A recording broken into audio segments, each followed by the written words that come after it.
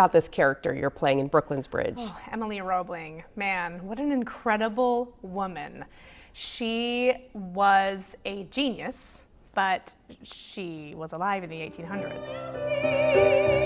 And we will see it happen from our window. I play Colonel Washington Roebling. Colonel Washington Roebling is largely known and accredited for building of the Brooklyn Bridge. 15-minute break, excepto now! When the Brooklyn Bridge was being built, she was not allowed to really be a part of it. So when her husband fell ill and it was threatened that the engineering job, the head engineer job of the bridge would be taken away from him, she stepped in and did most of the work for him, but he got all the credit. So he was bedridden, and she would do the plans, the math, the engineering, and she would deliver them to the work site and say, I got these from my husband. Tell me about your character, E.F. Frank Farrington. Indeed, he is the master mechanic of Brooklyn's Bridge. You'll figure it out. You'll tell us what to do. But he's also a close family friend of the Roeblings, and particularly Washington and his wife, Emily. So, yeah, without giving too much away. She loved science. Her brain was just constantly like working. If you read like things that she wrote, she was a genius. Like her mind didn't stop. And she knew that this bridge could be built, but nothing had ever been done like that in the past, this particular type of bridge. It was new.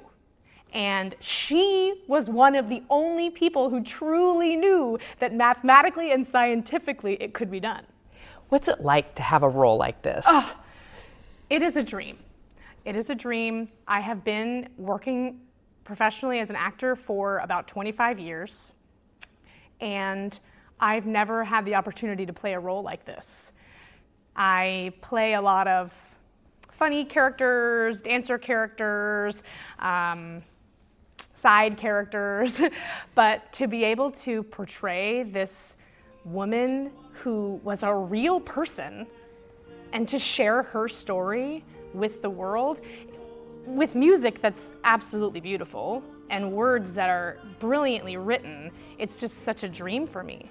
Once the hatch is sealed, cover your ears as the chamber is filled with compressed air. This story, written by Ray Roderick and music by Joseph Baker, like the two of them working together, have found a wonderful way to tell a story, a full story of inspiration, empowerment, and they give it a really good grounding truth on how it actually happened.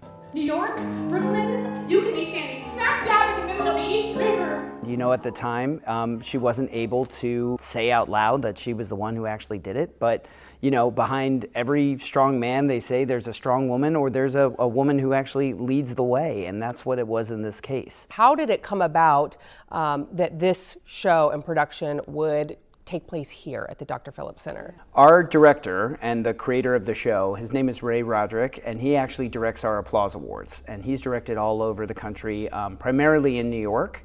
And he came to us and said, I have this really wonderful show that I think you should come and see. So we went up to New York and we had a reading, we listened to it, and thought it was really, really interesting. And he knows through the Applause Awards what talent we have down here, as far as actors, actresses, the local talent here. And so he was more than thrilled to come down and work with us to put on a ticketed presentation of it.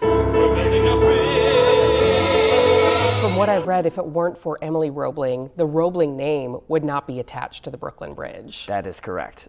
He definitely, the husband got sick and was really not able to do anything. So the bridge probably would not have been built if she did not take this on and move forward with it in the way that she could. And when you think about that, the bridge would not have been built, and the impact that that bridge has had, certainly on New York City and Brooklyn, what a difference she's made. 100%. And that's why the story is so important to tell. How did it fall? I think you know. All these properties and not just not possible, they didn't think that a woman had the capability to hang with them, for lack of a better way of putting that. So to see her story fully realized, goodness, I get excited just talking about it. Open, and you will climb down the ladder into the caisson to begin work. So cute. People who are the top leading researchers of the Brooklyn Bridge know that Emily had her hands in it from the get-go, and it's her bridge. It's everybody's bridge who worked on it, but it's her bridge too. The story is a story of her tenacity and her brilliance and her bravery in this time, but it's also a story of how much she loved her husband, because she really did all of this for him. She got no credit. I mean, here we are hundreds of years later giving her credit, but at the time, nobody knew.